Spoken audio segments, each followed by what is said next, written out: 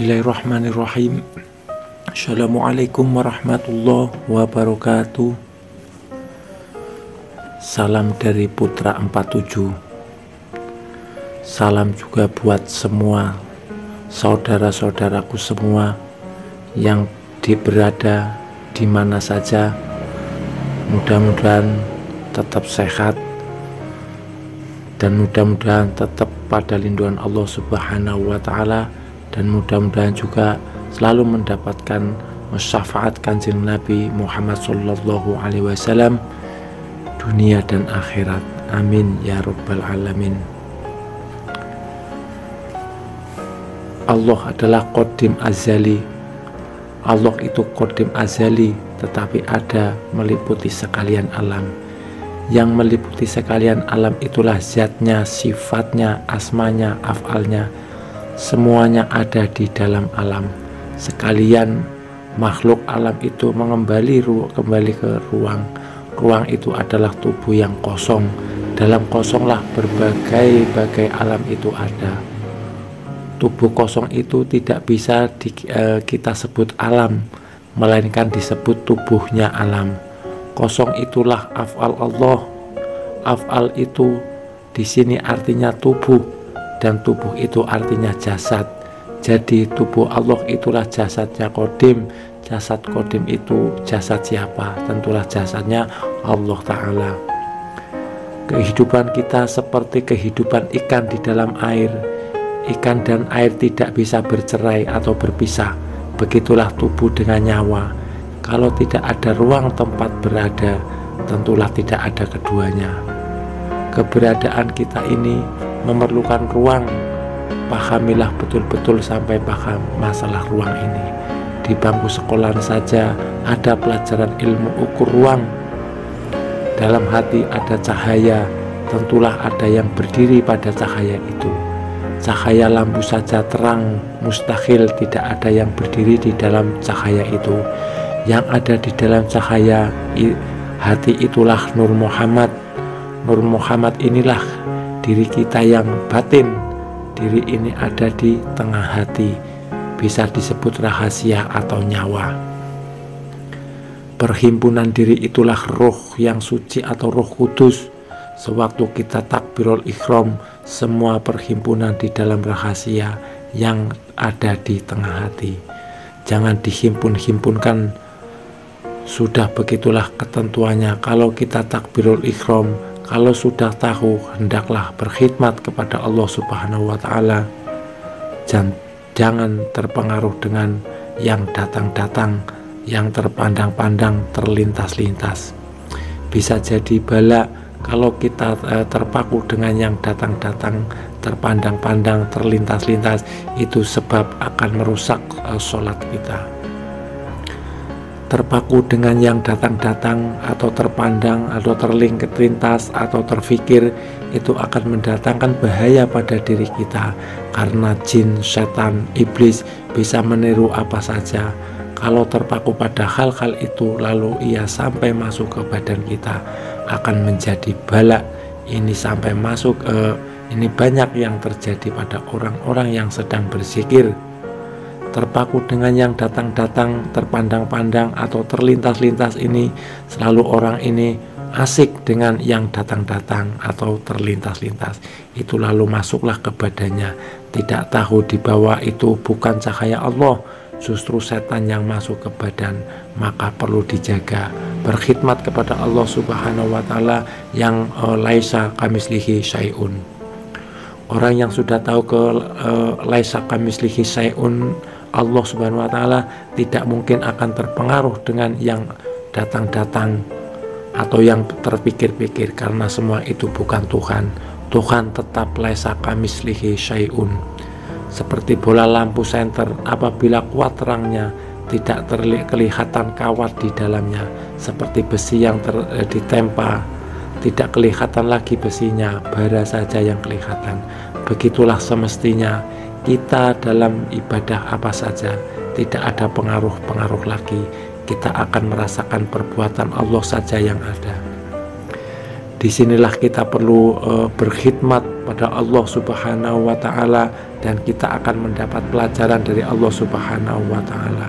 Khidmatkan diri kita pada Allah yang laisa kamitslihi syai'un, maka kita akan merasalah ke laisa kamitslihi syai'un. Allah itu rahasia, Allah itu lah Roh Kudus kita, diri yang kuasa ada di tengah hati. Itulah tempat husnul khotimah. Sholatlah di dalam husnul khotimah, yakin tempat yang penuh rahmat. Orang yang menyebut Allah Subhanahu wa Ta'ala, yang disebutnya itulah kebesaran diri yang Maha Esa. Tuhan membuktikan kemahaesaan dirinya, diadakannya zat, sifat, asma dan af'alnya menjadi sekalian alam. Itulah sebabnya alam itu rahasia Tuhan, rahasianya. Kalau kita sudah tahu yang dinamakan rahasia Tuhan itu, tahulah kita bahwa Tuhan itu tidak berzat, tidak bersifat, tidak berasma, tidak beraf'al. Tuhan menjadikan zat, sifat, asma, af'al. Tentulah Tuhan bukan zat, bukan sifat, bukan asma, bukan af'al, karena tidak ada yang menjadi atau menciptakan Tuhan. Untuk apa yang dijadikan Tuhan mau kita samakan dengan Tuhan? Lebih baik kita khidmat saja diri kita pada Tuhan. Akan terbukalah rahasiaan Tuhan. Mau bertemu dengan barang yang hilang, kita mencari ke sana ke sini. Kalau mau mencari Tuhan, tidak perlu cari ke sana ke sini.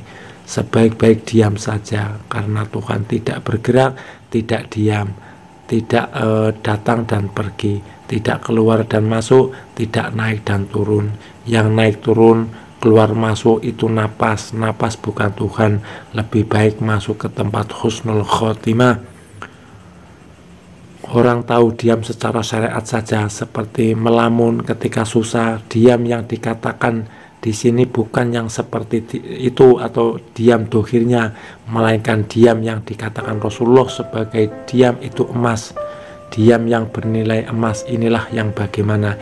Inilah diam yang perlu dicari dan dipelajari. Diam emas yang diperintahkan Nabi, inilah yang mesti kita cari dan kita praktekkan. Banyak orang tanpa sadar, tanpa sengaja beranggapan bahwa Allah itu gaib semata, segaib jin, malaikat, surga, neraka. Tidak, Allah juga zahir, tentu gaib dan zahirnya Allah tidak sama dengan yang lain Allah.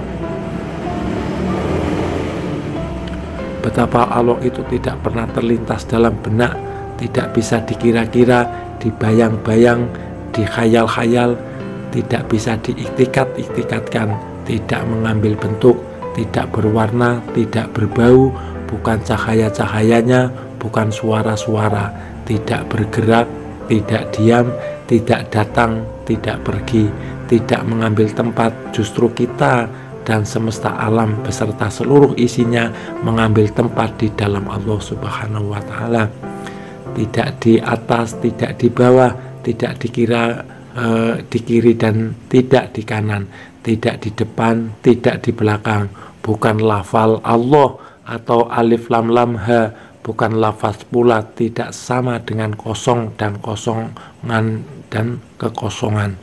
Contoh sederhananya, kita bisa melihat langit biru luas membentang secara nyata. Kita juga bisa melihat pelangi dan cahayanya. Nah, Allah itu lebih nyata lagi daripada itu. Bentuk Allah itu pasti tidak sama dengan bentuk langit, pelangi maupun cahaya-cahaya. Tetapi Allah itu dekat.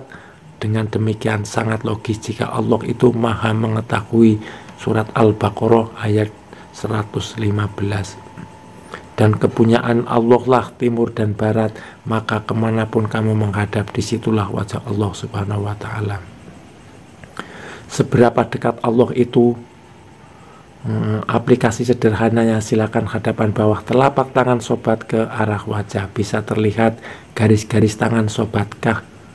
Nah, kini dekatkan tangan sedekat-dekatnya ke mata sobat, masih terlihat jelas jemari sobat setelah itu. Dan kami lebih dekat kepadanya daripada urat lehernya. Bukankah urat leher itu, leher kita itu ada di balik kulit kita? Hal ini sesuai dengan sebuah hadis yang kalau tidak salah redaksinya seperti ini. Barang siapa mengenal Allah Subhanahu wa ta'ala dengan sebenar-benar mengenalnya, maka keluh lidahnya, kala lisanuhu, karena memang tiada kata, tiada kemampuan makhluk mendivisikan diri pribadi Tuhan.